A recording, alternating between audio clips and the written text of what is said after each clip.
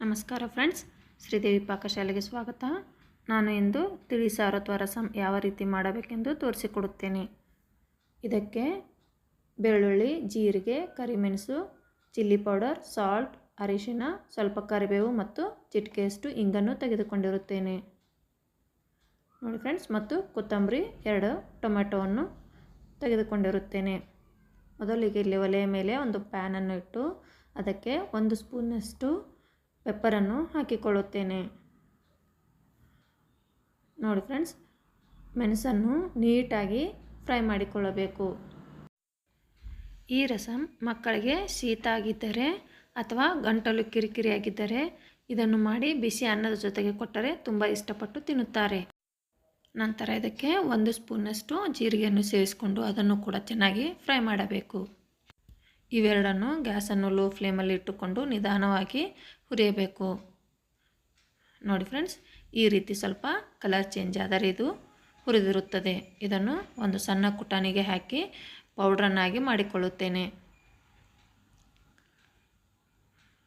ನೋಡಿ ಫ್ರೆಂಡ್ಸ್. ಇದು ಶೀತ ಕೆಮ್ಮಿಗೆ ತುಂಬ ರಾಮಬಾಣವಾಗಿದೆ. ಇದನ್ನು ಒಂದು ಸಾರಿ ಮಾಡಿಕೊಟ್ಟರೆ ಮಕ್ಕಳಿಗೆ ಪದೇ ಪದೇ ಮಾಡು ಎಂದು ಇಷ್ಟಪಟ್ಟು ತಿನ್ನುತ್ತಾರೆ. ಇದಕ್ಕೆ 1 ಗೆಡ್ಡೆಯಷ್ಟು ಬೆಳ್ಳುಳ್ಳಿಯನ್ನು ನೀಟಾಗಿ ಸಿಪ್ಪೆ ತೆಗೆದುಕೊಂಡು ಅದನ್ನು ಕೂಡ ಮಿಕ್ಸ್ ಮಾಡಿ ಈ ರೀತಿ ಪೇಸ್ಟನ್ನಾಗಿ ಮಾಡಿರುತ್ತೇನೆ ನೋಡಿ ಫ್ರೆಂಡ್ಸ್. ಈಗ ಇದು ರೆಡಿ ಆಯಿತು. ನಂತರ ಒಲೆಯ ಮೇಲೆ ಒಂದು ಕಡಾಯಿಯನ್ನಿಟ್ಟು ಅದಕ್ಕೆ ಸ್ವಲ್ಪ ಎಣ್ಣೆಯನ್ನು ಹಾಕಿಕೊಳ್ಳುತ್ತೇನೆ. ಈ ರಸಂಗೆ ಎಣ್ಣೆ ಕೂಡ ಜಾಸ್ತಿ ಬೇಕಾಗುವುದಿಲ್ಲ. ಇದನ್ನು ಸಾಯಂಕಾಲ ಟೀ ಟೈಮಿಗೂ ಕೂಡ ಸೂಪ್ ಟೈಪ್ ಇದನ್ನು ಮಾಡಿಕೊಂಡು ಕುಡಿಯಬಹುದು.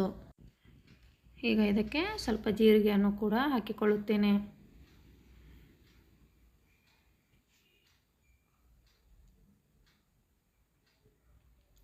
ನೋಡಿ ಫ್ರೆಂಡ್ಸ್. ನಂತರ ಸ್ವಲ್ಪ ಇಂಗನ್ನು ಸೇರಿಸಿಕೊಂಡು ಎರಡನ್ನು ಚೆನ್ನಾಗಿ ಮಿಕ್ಸ್ ಮಾಡಬೇಕು.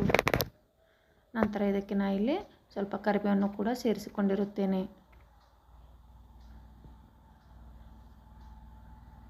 ನೋಡಿ. ಇದು ಮನೆಯಲ್ಲಿ ಯಾರಿಗಾದರೂ ಆರಾಮ್ ತಪ್ಪಿದ್ದರೆ ಈ ರೀತಿ ಇದನ್ನು ಮಾಡಿಕೊಟ್ಟರೆ, ಬಾಯಿ ಕೆಟ್ಟಿದ್ದರೆ ಇದು ತುಂಬ ಟೇಸ್ಟಿಯಾಗಿ ಬರುತ್ತದೆ. ನಂತರ ಮೊದಲೇ ಪೇಸ್ಟನ್ನಾಗಿ ಮಾಡಿಕೊಂಡಿರುವ ಪೆಪ್ಪರ್ ಮತ್ತು ಜೀರಿಗೆ, ಬೆಳ್ಳುಳ್ಳಿ ಪೇಸ್ಟನ್ನು ಹಾಕಿಕೊಂಡು ಎಣ್ಣೆಯಲ್ಲಿ ಚೆನ್ನಾಗಿ ಫ್ರೈ ಮಾಡಬೇಕು ನೋಡಿ ಫ್ರೆಂಡ್ಸ್. ಇದನ್ನು ಎಣ್ಣೆಯಲ್ಲಿ ಹಾಕಿ ಈ ರೀತಿ ಮಿಕ್ಸ್ ಮಾಡುತ್ತಿದ್ದರೆ ಮನೆ ತುಂಬ ಘಮ್ ಅಂತ ಪರಿಮಳ ಬರುತ್ತದೆ.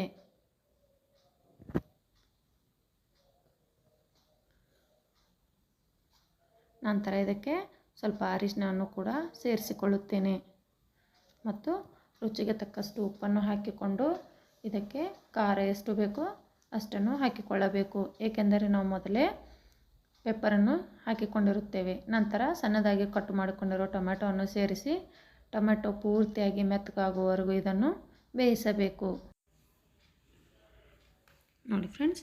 ಇದನ್ನು 1 ರಿಂದ 2 ನಿಮಿಷಗಳ ಕಾಲ ನೀಟಾಗಿ ಎಣ್ಣೆಯಲ್ಲಿ ಬೇಯಲು ಬಿಡಬೇಕು. ಈ ವಿಡಿಯೋ ನಿಮಗೆ ಇಷ್ಟವಾದರೆ ಪ್ಲೀಸ್ ಒಂದು ಲೈಕ್ ಮಾಡಿ, ಶೇರ್ ಮಾಡಿ, ಕಮೆಂಟ್ ಮಾಡಿ ಮತ್ತು ಇನ್ನೂ ನನ್ನ ಚಾನಲನ್ನು ಸಬ್ಸ್ಕ್ರೈಬ್ ಮಾಡಿಕೊಳ್ಳದಿದ್ದರೆ ಪ್ಲೀಸ್ ಸಬ್ಸ್ಕ್ರೈಬ್ ಮಾಡಿಕೊಳ್ಳಿ. ಖಾರಕ್ಕನುಸಾರವಾಗಿ ನಾನು ಇಲ್ಲಿ 1/2 ಸ್ಪೂನಷ್ಟು ಚಿಲ್ಲಿ ಪೌಡ್ರನ್ನು ಸೇರಿಸಿಕೊಂಡಿರುತ್ತೇನೆ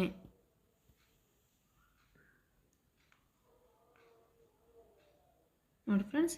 ಎಲ್ಲವನ್ನು ಹಾಕಿ ಇದನ್ನು ಮಿಕ್ಸ್ ಮಾಡಿಕೊಂಡು 2 ರಿಂದ 3 ನಿಮಿಷಗಳ ಕಾಲ ಇದನ್ನು ಬೇಯಲು ಬಿಡಬೇಕು. ನಂತರ ಇದು ಪೂರ್ತಿಯಾಗಿ ಮೆತ್ತಗಾದ ಮೇಲೆ ಇದಕ್ಕೆ ನಿಮಗೆ ಎಷ್ಟು ಬೇಕಷ್ಟು ನೀರನ್ನು ಸೇರಿಸಿಕೊಳ್ಳಬೇಕು. ಇದು ತಿಳಿಯಾಗಿದ್ದರೆ ತುಂಬ ಟೇಸ್ಟಿಯಾಗಿ ಬರುತ್ತದೆ ನೋಡಿ ಫ್ರೆಂಡ್ಸ್. ಈ ರೀತಿ ನೀರನ್ನು ಸೇರಿಸಿ ಮತ್ತೆ 2 ರಿಂದ 3 ನಿಮಿಷಗಳ ಕಾಲ ಇದನ್ನು ಬಾಯ್ಲ್ ಆಗಲು ಬಿಡಬೇಕು. ಸ್ವಲ್ಪ ಲಿಡ್ಡನ್ನು ಕ್ಲೋಸ್ ಮಾಡಿ ಬಾಯ್ಲ್ ಮಾಡಿದರೆ ತುಂಬ ಬೇಗನೆ ಕೂಡ ಆಗುತ್ತದೆ ಮತ್ತು ಟೇಸ್ಟಿಯಾಗಿ ಕೂಡ ಬರುತ್ತದೆ. ನಂತರ ಇದಕ್ಕೆ ನಾನು ಇಲ್ಲಿ ಸ್ವಲ್ಪ ಬೆಲ್ಲವನ್ನು ಸೇರಿಸಿಕೊಳ್ಳುತ್ತೇನೆ. ಬೆಲ್ಲ ಹಾಕೋದರಿಂದ ನಾವು ಇನ್ನೂ ಟೇಸ್ಟಿಯಾಗಿ ರಸಮನ್ನು ಮಾಡಿಕೊಳ್ಳಬಹುದು. ಪೆಪ್ಪರ್ ನಾವು ಬಳಸಿರೋದರಿಂದ ಇದಕ್ಕೆ ಸ್ವಲ್ಪ ಬೆಲ್ಲವನ್ನು ಸೇರಿಸಿದರೆ ಇನ್ನೂ ತುಂಬ ಚೆನ್ನಾಗಿ ಬರುತ್ತದೆ. ನಂತರ ಸ್ವಲ್ಪ ಫ್ರೆಶ್ ಆಗಿರುವ ಕೊತ್ತಂಬರಿ ಸೊಪ್ಪನ್ನು ಸೇರಿಸಿ ನೀಟಾಗಿ ಎಲ್ಲವನ್ನು ಮಿಕ್ಸ್ ಮಾಡಿಕೊಳ್ಳುತ್ತೇನೆ. ನೋಡಿ ಫ್ರೆಂಡ್ಸ್, ಈ ರೀತಿ ರಸಮನ್ನು ಅಥವಾ ತಿಳಿಸಾರನ್ನು ಮಾಡಿದರೆ ಮನೆಯಲ್ಲಿ ಎಲ್ಲರೂ ಕೂಡ ಇಷ್ಟಪಟ್ಟು ತಿನ್ನುತ್ತಾರೆ. ನೋಡಿ ಫ್ರೆಂಡ್ಸ್, ಈಗ ಬಿಸಿ ಬಿಸಿಯಾದ ರಸಮ್ ರೆಡಿ ಆಯಿತು. ಇದನ್ನು ಬಿಸಿ ಅನ್ನದ ಜೊತೆಗೆ ತುಂಬ ಟೇಸ್ಟಿಯಾಗಿ ಬರುತ್ತದೆ. ನೀವು ಕೂಡ ಇದನ್ನು ಮನೆಯಲ್ಲಿ ಒಮ್ಮೆ ಟ್ರೈ ಮಾಡಿ ನೋಡಿ. ಇಷ್ಟವಾದರೆ ಪ್ಲೀಸ್ ಒಂದು ಲೈಕ್ ಮಾಡಿ.